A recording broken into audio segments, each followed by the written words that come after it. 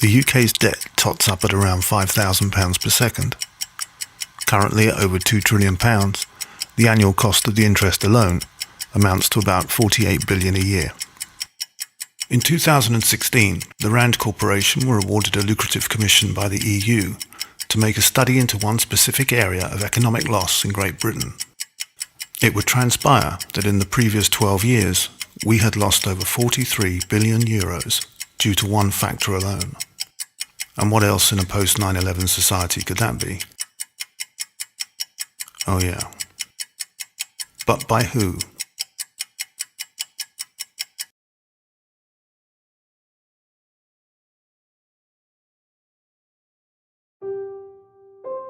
The people collecting your hard-earned money to throw at this long-running profligate waste are Her Majesty's Revenue and Customs, a somewhat dark irony given Her Majesty only began paying taxes at the age of 66. But as of May 12, 2011, you have been quite lawfully entitled to withhold all payments to the UK government. These payments would include your council tax and your income tax. In fact, payments of any kind.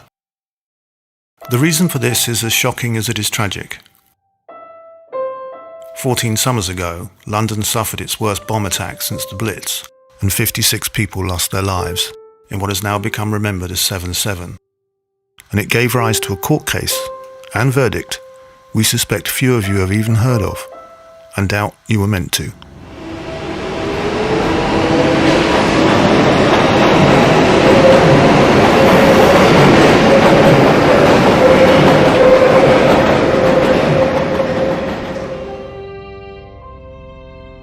Following the attack, the British tabloids employed their usual calm and restraint, welcoming the inevitable raft of so-called security measures that now stands at least one surveillance camera for every 11 people in the UK. Conversely, some chose to step back and review the day with a wider perspective, scrutinising the government's often conflicting and puzzling story on 7/7, writing books, making films, and disseminating information across the web. One of these films would lead to what is arguably the most extraordinary and legally significant, yet most unreported trials in modern history. This homemade desktop documentary would prompt the BBC into ensuring as many British households as possible were warned off such heresy, spending thousands upon thousands of licence payers' money in the process to counter the claims of 7/7 ripple effect.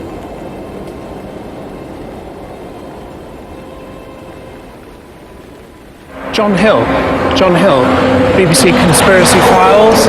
Can I ask you why you've made a film accusing innocent people of mass murder on 7/7 with no evidence at all? Can I ask you why you're ignoring the huge weight of evidence against the 4 men blamed for the 7/7 bombings? You have made a film which is damaging trust in the British government and is undermining community cohesion in Britain. Is that your intention, Mr. Hill?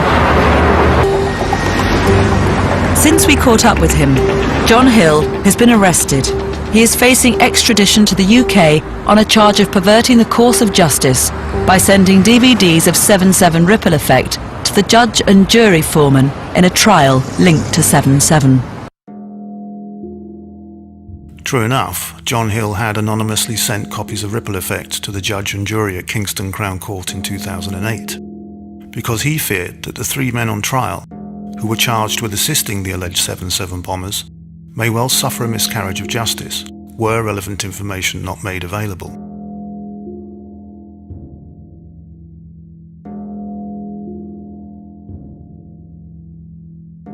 Details of John's hearing in Ireland make it very clear that the reason for his extradition was because he had not only questioned the official story on 7/7, but that he'd made the assertion that agents of the UK government had actually carried it out.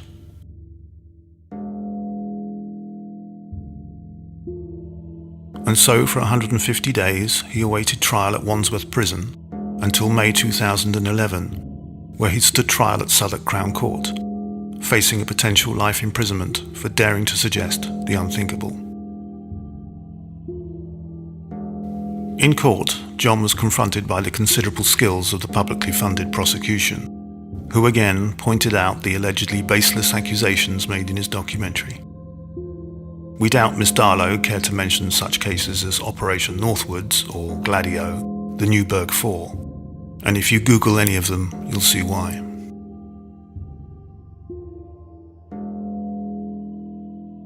And so on May the 11th, the third day of the trial, the jury was shown the hour-long 7/7 ripple effect, a film which, according to the BBC, contained no evidence at all. Having taken just 3 hours to return from their deliberations, the jury foreman announced they couldn't reach a unanimous verdict, so the judge, reportedly quite unfriendly to John Hill, stated he would accept a majority verdict of no less than 10-2. It would then take just 90 minutes before the jury returned with the majority verdict. What followed from our giants of the British press and TV was this.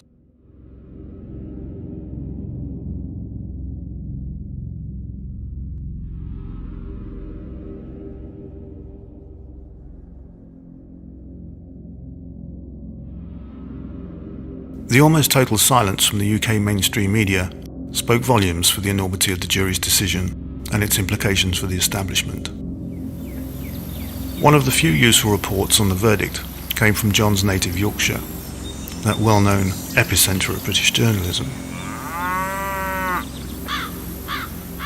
If you wish to find the BBC's grovelling apology, that never happened, and it took them a whole month before they added this to one of their lesser-read web pages.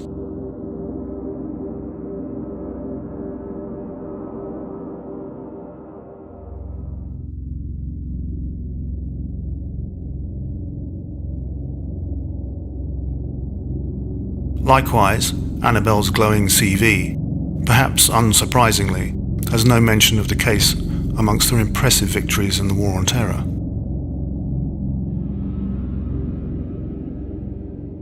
So what are the legal implications?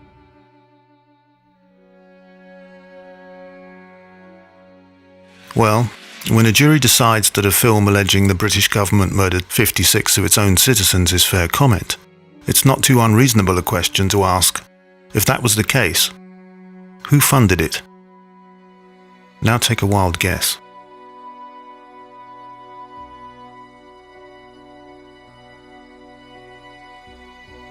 So, what is reasonable cause in law? Reasonable cause is to have knowledge of facts which, although not amounting to direct knowledge, would cause a reasonable person, knowing the same facts, to reasonably conclude the same thing.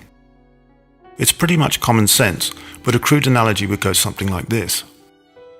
If you were caught dressed like him, running from a place like that, don't be surprised if a witness decides to call one of those.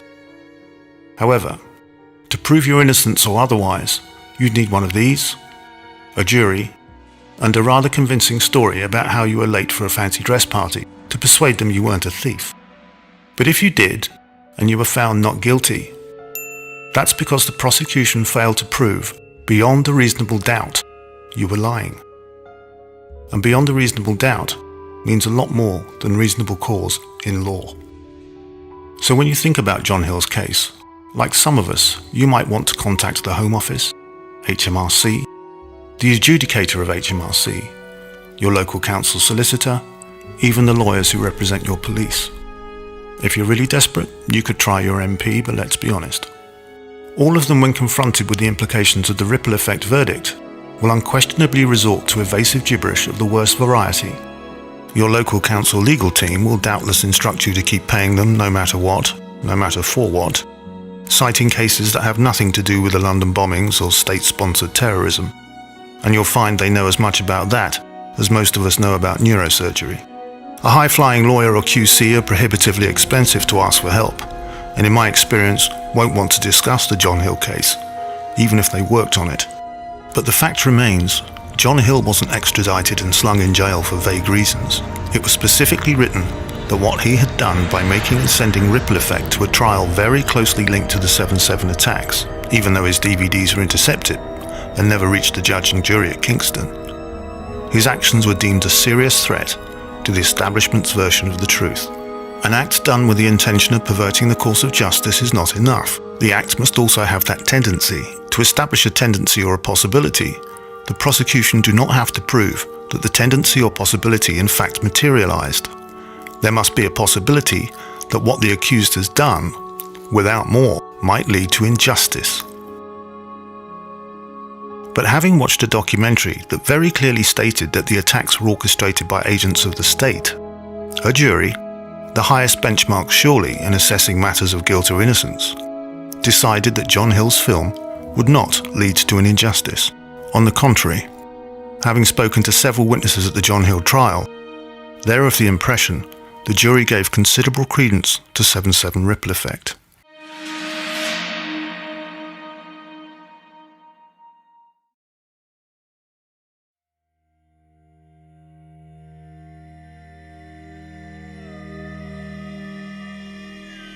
The most egregious offenders for convenient deafness and irrelevant answers to your questions are HMRC, who seem to struggle with the pretty clear wording of the Terrorism Act. A person commits an offence if he provides money or other property and knows or has reasonable cause to suspect that it will or may be used for the purposes of terrorism. In this section, a reference to the provision of money or other property is a reference to it being given, lent, or otherwise made available, whether or not for consideration. This last bit means that it doesn't matter even if the money you're handing over is to pay for something, and that includes your taxes, especially when you have reasonable cause to believe that money could be used in a terror attack. If you really want to see how desperately evasive the taxman can get when confronted with all this, and bearing in mind there are zero exceptions to funding terrorism as confirmed by the Home Office, take a look at this patronising tripe. Perhaps it would help if I explained in a bit more detail why we are unable to take you up on your offer to review the information you hold, which shows that we use your taxes to fund terrorism. The obligation to pay tax is a general one. All tax goes into the consolidated fund, and taxes are not earmarked to any particular purpose.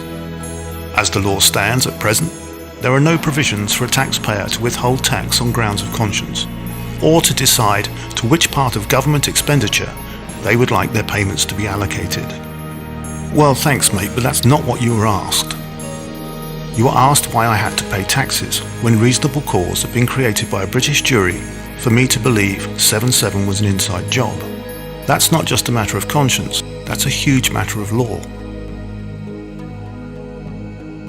I explained the John Hill case to my local one of these, just to make sure if the ripple effect jury verdict created lawful, reasonable cause to think 7/7 was a state crime, and he said, "So why do HMRC behave as if they're above the law when they're not?"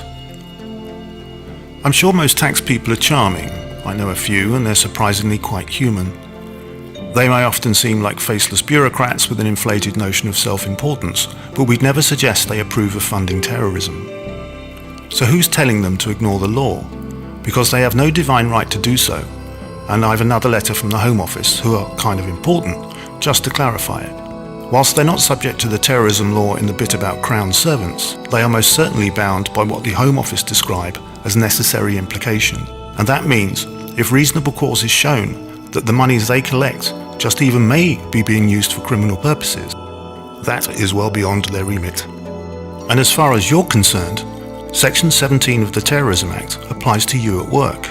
Even if it's your boss or company paying your taxes via PAYE, once you have reasonable cause to suspect your income may be funding terrorism, they have to stop paying HMRC until these questions have been cleared up. And when you see 7/7 ripple effects like the jury did, you'll realise there's an awful lot to be answered.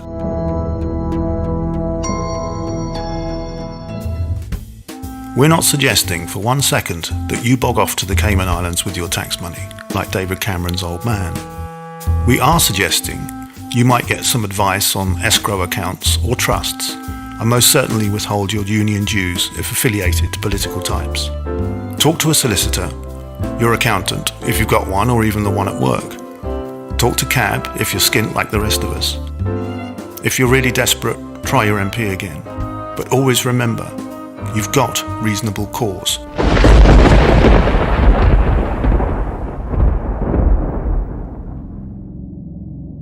It's worth revisiting who was in charge on 7/7 and some of the dangerous fiction he'd have us believe in the past. He is, without any question, still trying to develop that I am quite chemical, sure, biological, I think most people potentially are, nuclear capability, that he has these weapons, and to allow him to and do that the people and the documentation exist to show that. And the truth is, this issue of weapons of mass destruction is... Would you buy an official story off this man?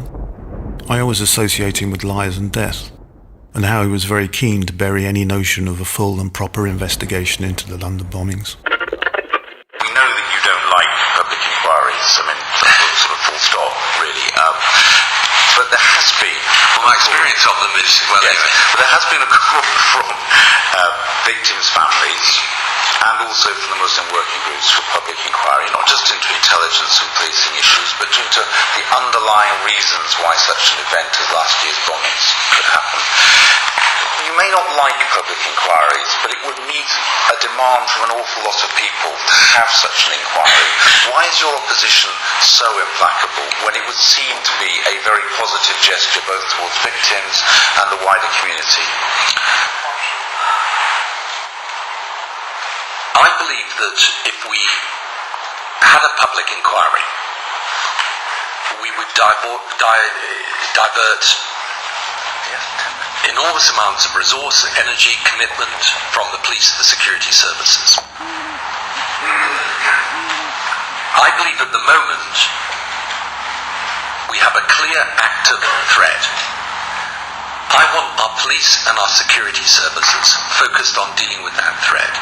If they end up being engaged in a public inquiry, the reality is, no matter what people might want or say they want at the outset, is that the resource and commitment and energy of those services will be diverted into that in circumstances where we know what has happened.